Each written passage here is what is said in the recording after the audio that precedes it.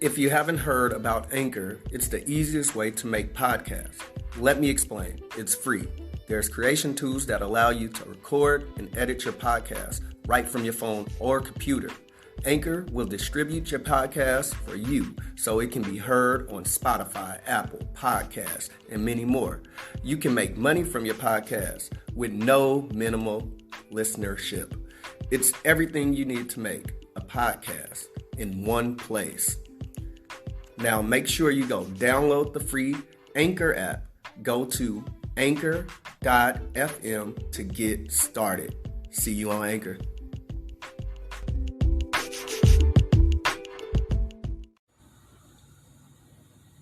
What's up, everybody out there? This is Dwayne Akins, Time to Dig Deep show. It's been a lot going on this summer. I know you all have been doing a lot. I see you out there in social space. But I'm here to let you all know that regardless to how hard and how crazy this stuff all looks, that it's upon us to do great things right now. We have to look at everything that's going on, and we cannot allow ourselves to be deterred or distracted. And you know what that means? That means that it's very important for us all to align ourselves with great individuals. That can be people in your church, at your schools, in your workplace, out in your community, old friends. That can be anybody that you feel are doing like-minded things. Right now, I feel that it's so critical for all of us to get around like-minded individuals so that we can move forward, persevere, and do the work that's necessary for us to be successful. Now, that means we must tap into our full potential. I don't know if you all are like me, but everything that I'm seeing come from our national government, it's adding fuel to my fire. It's adding fuel to my fire that's allowing me to press even harder against systems. It's allowing me to want things a lot more. It's allowing me to look at the spaces in which I sit and understand how I can be in these places and use my voice for a community that's not being heard. It's allowing me to look at things through a whole nother lens to where I'm really understanding my purpose within the community organizing aspect of development of life here in Oakland. I am a social entrepreneur. I run a nonprofit organization. I've worked with tons of young people. I have some young people that's graduating from college, some that's entering college, some that's entering first grade. So I've worked with kids and families across the age spectrum. And before just working with the kids, all I knew is that youth development, feed the young people all the good ingredients, give them everything that they need, and that's the community you work on.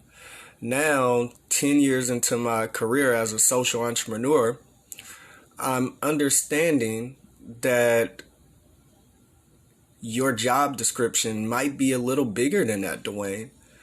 You might have to take on a little bit more responsibility in order to pull the rest of your community together, in order to get people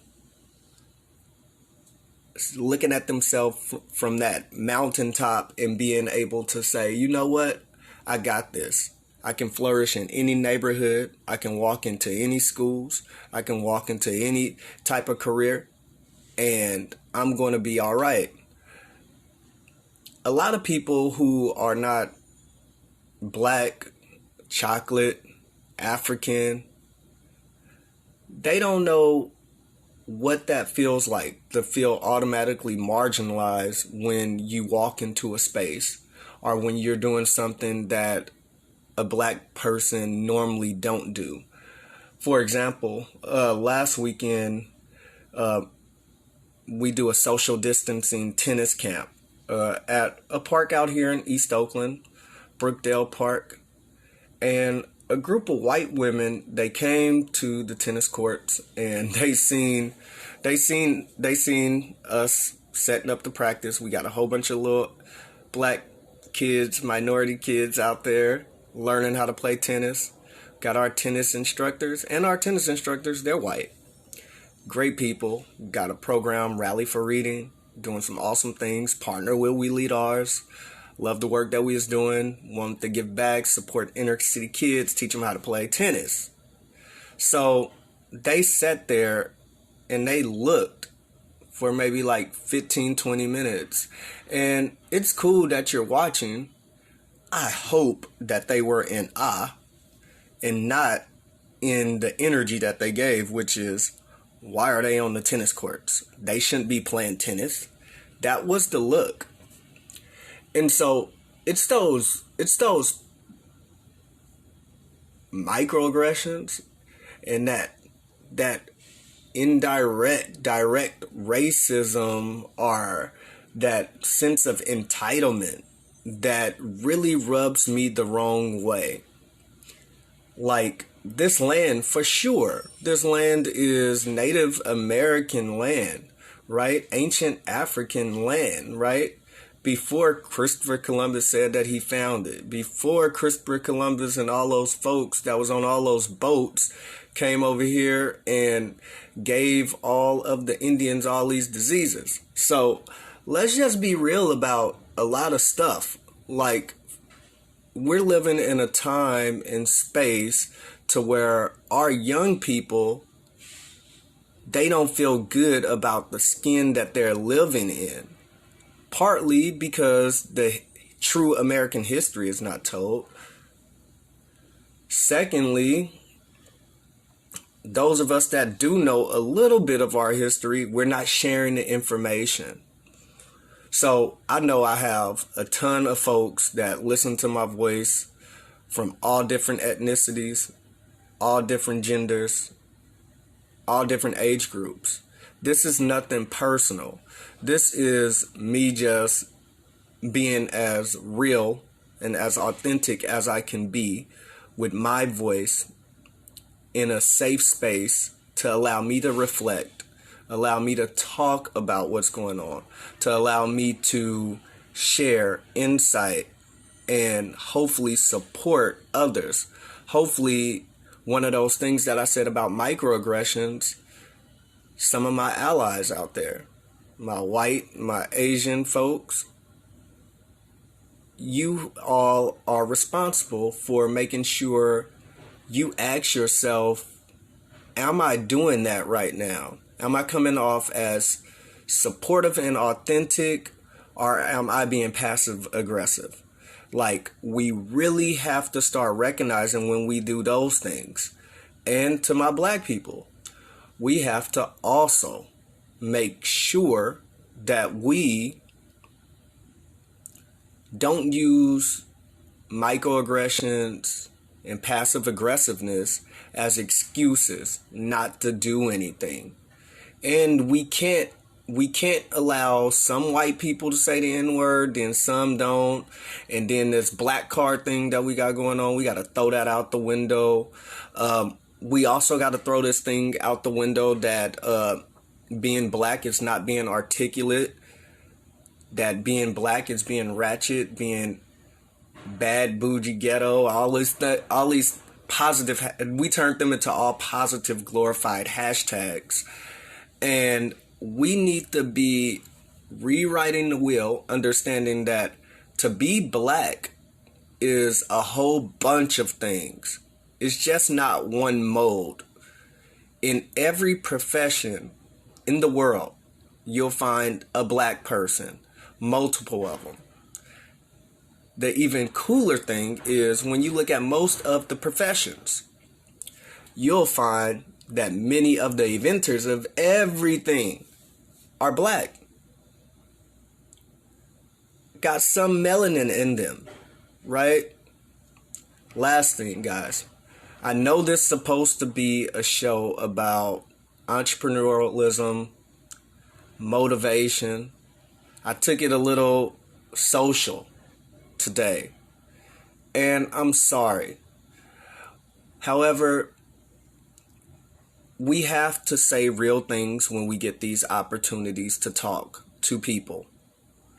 And I'm so proud of Kamala Harris. And I'm going to do everything within my power to support Kamala Harris and Joe Biden's ticket. During the primaries, I'm not a bandwagoner. During the primaries, there's only 3 candidates that I donated to. That was Cory Booker, Kamala Harris, and Joe Biden. So 2 of my people are on the ticket. So I'm going to rock with them. But what I do want everybody to do is I do want everybody to go and fact check themselves on Kamala Harris and see actually what the woman stands for and not take sound bites off of racial jargon media.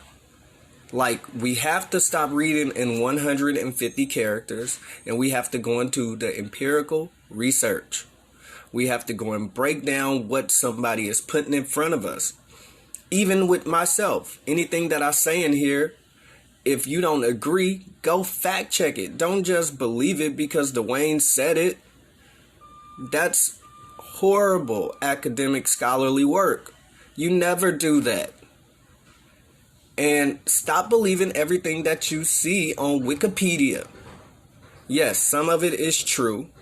But you need to make sure that you have a source for all of those things. Again, this is my show, Time to Dig Deep. I want us to be able to come into this space, communicate, show favor.